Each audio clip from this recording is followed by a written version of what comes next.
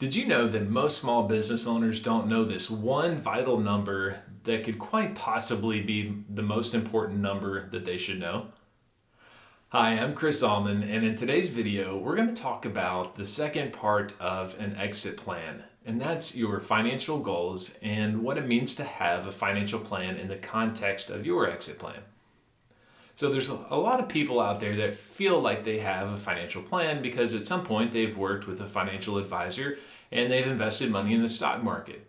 Now, I'm here to tell you there's a lot more that goes into financial planning than just the investments, and that's exactly what we're going to get into today.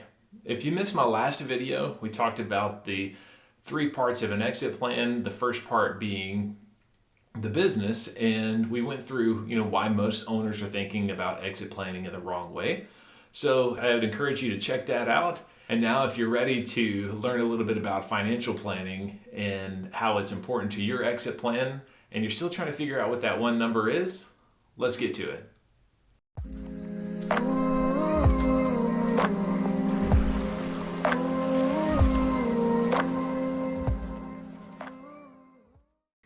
I feel like the financial services industry has done a terrible disservice to individuals because they've made financial planning all about the investments. Investments are a tool that we use to help us achieve our financial goals, but it's not the overall goal itself. It's not to just grow your money. There's a lot of other things that go into it. The five key areas that we focus on are your retirement, your investments, your insurance and the risk management, your taxes, and your estate plan. Those five key areas all work together to make sure that your financial goals are achievable. And without one of those pieces and having a plan for those pieces, it's likely to crumble. So instead of going through each part and explaining why you need it or why it's important, I think the best way to illustrate it is to show you an example of a real life story and how having a financial plan makes a lot of sense and it adds a lot of stability to your exit plan. So let me introduce you to Bill.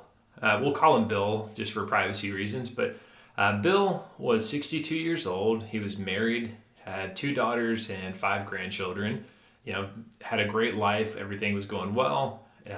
He had a successful solar panel company where they primarily, did sales, installations, and then the maintenance and repair for those. Now, Bill at 62 was having a few heart issues and decided that he might be ready to retire and start focusing on family and doing some other things. So one day he's having a conversation with some of his buddies in the industry, and they're talking about how much they were able to sell their businesses for. One was able to sell his for $2 million. So Bill felt really good because he said, I have a business that's larger, more employees, a bigger coverage area. He's been around longer and just really felt like he had a great reputation for the quality work that he did.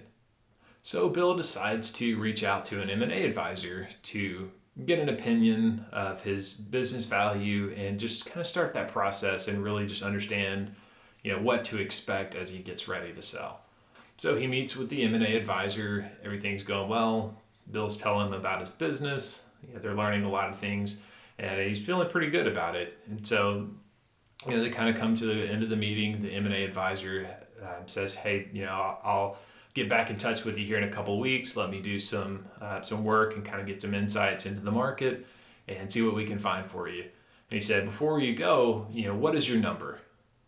And Bill said, "Well, I'd like to get 4 million. I feel like, my friend was able to sell his for 2. I think I've got a much better business than he has. I think 4 million would be great." So, they part ways.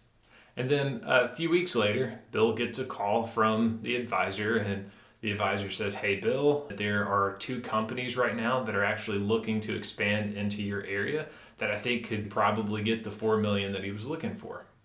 So, they hang up the phone and Bill's pretty excited. So he starts talking to his wife and, really thinking about all the things that they want to do. They start talking about traveling and spending more time with the grandkids, taking them to Disney World, that sort of thing. And then they talk about their mountain home that they had always wanted to have, and that start really visualizing these things, and it's really exciting. So fast forward a few months, and Bill and the advisor have been working together, and they receive an offer from one of the companies for exactly $4 million. So Bill feels like it's a great offer, and they decide to move forward and set a closing date for about 1 month out. Now that he's got a date set for the closing, Bill decides it's time to meet with the financial planner. So Bill and the financial planner and his wife, they meet, and the financial planner starts to walk him through the planning process. And he goes through those key areas: the retirement, the investments, the taxes, the insurance, and the estate. And ultimately, the planner knows, hey, we've got less than a month before you have your closing date for the sale of your company. So we really need to focus in on getting to that point where if that's going to work for you. So after a couple weeks, they meet again. The financial planner is talking with Bill and his wife, and they said, hey, I've done all the analysis, and here's what I've come up with. It looks like you need about $4 million in order to make your plans work. And so Bill's ecstatic. He's got that bright smiley face on him, and but he looks back at the planner and he sees that he's not quite as excited about it. So Bill asks him, well, what's the matter? And he said, well, Bill, you need $4 million, and right now, after you pay taxes, after you pay off some of the business loans and so forth, it's going to leave you with about $2.6 million.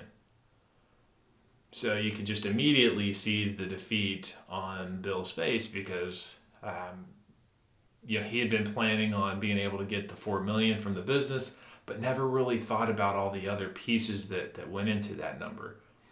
So here's where Bill went wrong. He didn't know that one number that I told you should probably know as a business owner, and that number is called your wealth gap. It's the difference between the value of your business and how much money you need to live comfortably and achieve your goals. And that's just one of the ways that Bill had not planned for his retirement. To tell you the rest of the story, Bill went back to work so that they could have that retirement that they were dreaming of. Unfortunately, 6 months later, Bill had a stroke, and it forced him to step down from his role. And during that time, the company struggled quite a lot, and they ultimately ended up selling for a little over $1 million about 6 months later. So as you're thinking about your own exit strategy, make sure that you have a financial plan in place, and not one that just covers the investments, but make sure you focus on your retirement and the income that you need in retirement. Make sure you have investments or a strategy for your investments. Make sure that you've got the right insurance in place, that you have a tax strategy for the sale of your business and how to mitigate it along the way. And make sure you have an estate plan, because as you grow your business, you want to make sure that you can maintain the value even if something happens to you unexpectedly. So I hope I've provided you with some great information today and got you thinking about that one number that you should know as it relates to your exit. Thanks for watching, and I look forward to talking with you soon.